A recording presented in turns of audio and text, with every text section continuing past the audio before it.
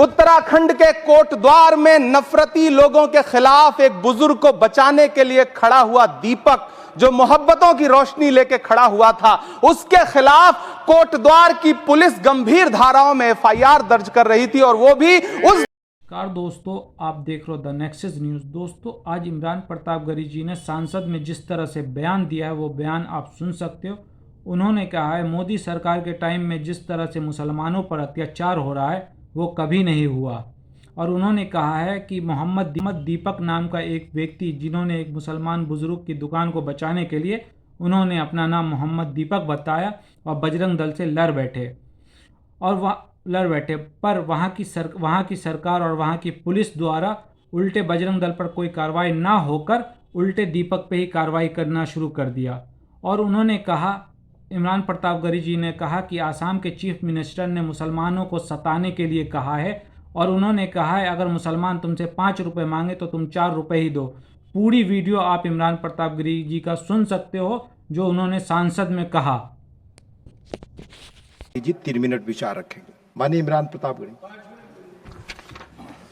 धन्यवाद सभापति महोदय।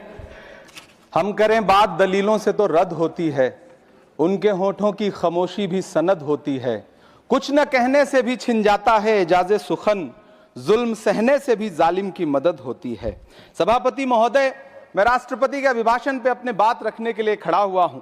उस दिन देश की संसद के गलियारों में सरकार की तारीफ करती हुई महामहिम की आवाज गूंज रही थी, तो उधर मेरे कानों में हसदेव के जंगलों में आदिवासियों को जिंदगी देने वाले पेड़ों पर चलती हुई कुल्हाड़ी की आवाज गूंज रही थी।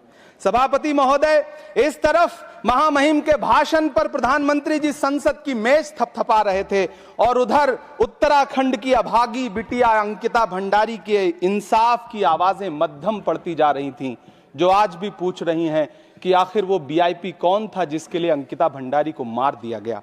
सभापति महोदय, इधर महामहिम सामाजिक न्याय की बात कर रही थीं, और उधर उत्तराखंड के कोटद्वार में नफरती लोगों के खिलाफ एक बुजुर्ग को बचाने के लिए खड़ा हुआ दीपक, जो मोहब्बतों की रोशनी लेके खड़ा हुआ था, उसके खिलाफ कोटद्वार की पुलिस गंभीर धाराओं में एफआईआर दर्ज कर रही थी, और वो भी उस दिन हो रहा था जब उत्तराखंड के मुख्यमंत्री कोटद्वार में मौजूद थे।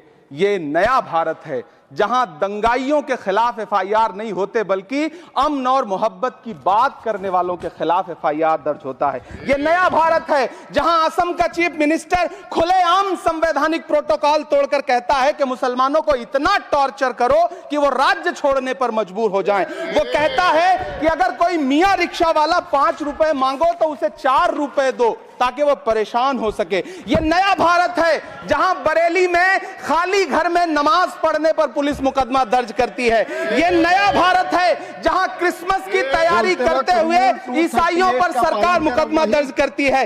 यह नया भारत है जहां जम्मू कश्मीर में नीट का एग्जाम क्वालिफाई करने वाले 50 बच्चों में अगर 42 मुसलमान होते हैं तो फिर मेडिकल कॉलेज की मान्यता ही रद्द होती है और जश्न मनाया जाता है। महामहिम राष्ट्रपति का भाषण में सुन रहा था। सर, यह नया भारत है जहां मध्य प्रदेश के बैतूल में बच्चों के स्कूल बनवा रहे मोहम्मद नईम का घर स्कूल इसलिए तुड़वा दिया जाता है क्योंकि वो स्कूल बनवा रहे थे। ये नया भारत है जहां कोर्ट का स्टे होने के बावजूद बनारस की दाल मंडी में सैकड़ों दुकानें तोड़ी जा रही हैं क्योंकि रास्ता चौड़ा करना है। सभापति महोदय, मैं आपसे कहना चाहता हूं कि जो पीढ़ी अपने बुजुर्गों को गाली देती है उसके साथ प्रकृति इंसाफ करती है। आज इंदिरा जी और नेहरू को गाली देते हैं, नेहरू को छोटा नहीं कर पाएंगे। नेहरू का नाम आइंस्टीन के साथ लिया जाता था और आपका नाम एप्स्टीन के साथ लिया जाता है। आपको ये बात समझनी पड़ेगी। सभापति महोदय, मुझे 1 मिनट बोलने दे, मुझे कंक्लूड करने दो।